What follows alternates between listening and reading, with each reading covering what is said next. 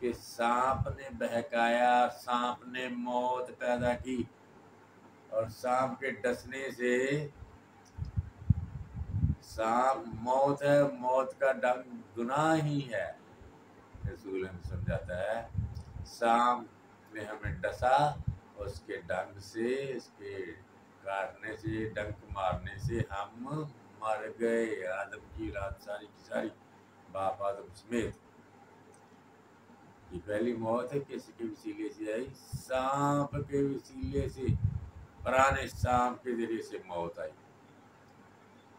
یہ پہلی موت ہوئی۔ تو دوسری موت کا تذکرہ جو یہ ہے 20ویں بار میں ہم دیکھتے ہیں کہ جو پہلی قیامت والے ہیں، جو پہلی قیامت میں جی اٹھے ہیں، 1000 برس تک بادشاہ بھی کریں گے، مبارک ہے، مقدس ہیں، ان پر دوسری موت کا کچھ اختیار نہیں۔ ان پر کیا اختیار، کیوں اختیار نہیں بھی؟ پہلی موت ہم نے دیکھی کہ خدا کی نافرمانی انہوں نے کی۔ اب دوسری موت آئے گی یسوع مسیح کی نافرمانی سے، یعنی جو اس پر ایمان نہیں لاتے اس کے نافرمان ہے، جو خدا نے دوسرا موقع دیا ہے۔ خدا نے دوسری بادشاہی پیدا کی ہے۔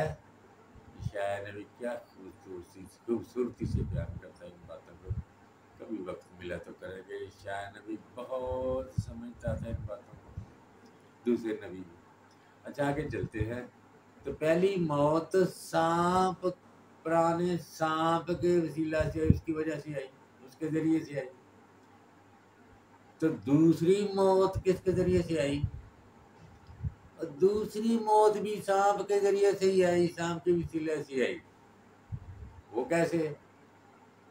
13ویں باب میں ہم پڑھتے ہیں کہ میں نے ایک حیوان کو سمندر میں سے نکلتے ہوئے دیکھا، جس کے 7 سر اور 10 سینگ تھے۔ 7 سر والا تو ہم نے دیکھ لیا کہ ایک حیوان ہے جو 7 بادشاہوں میں ظاہر ہوگا۔ اور پھر اس کے بعد کہتا ہے میں نے ایک حیوان کو زمین میں سے نکلتے ہوئے دیکھا، جس کے برق سے 2 سینگ تھے، اور وہ اژدہا کی طرح بولتا تھا۔ اژدہا کیا ہوتا ہے؟ اژدہا وہی پرانا سانپ جس نے پہلی موت پیدا کی، اس نے دوسری بھی پیدا کی۔ سانپ نے پہلی موت پیدا کی، سانپ کے وسیلے سے آدم گناہگار نافرمان ہوا، اس کی پیشاب گندی ہو گئی۔ دوسری موت جب کہ اب قیامت ہو رہی ہے، مسیح زندہ کر رہا ہے، تو وہ نازندہ ہوں گے جنہوں نے اس سانپ کی پرستش کی، جیسے ہمارے باپ دادا نے اس کا حکم مانا۔ اس طرح جو اب اس سانپ کی، جو دوسرا سانپ ہے، دوسرا اژدہا ہے، جو جس کے برق سے 2 سینگ اور اژدہا کی طرح بولتا تھا، اس کی پرستش کریں گے تو خدا کی نافرمانی کریں گے۔ یعنی پہلی قیامت، پہلی موت بھی سانپ کے ذریعے آئی، دوسری موت جب مسیح کے زمانے میں آئی تو بھی سانپ کے ذریعہ سے ہی آئی۔ عجیب نہ لگے کسی کو بھی، غور کر لیتے اس بات پہ جو ہم نے کی ہے، اس میں کہاں تک سچائی ہے۔ ہم چلتے ہیں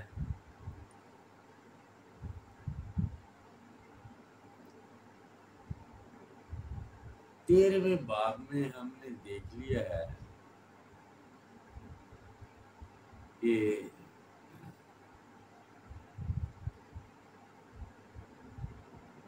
دو حیوان ہیں، ایک سمندر میں سے نکلتا ہے، دوسرا زمین میں سے نکلتا ہے، جس کے برق سے 2 سینگ ہیں اور اژدہا کی طرح بولتا تھا۔ آگے جو باتیں آنے والی ہیں، جو کئی دفعہ آئیں گی، اس اژدہا کی خوبی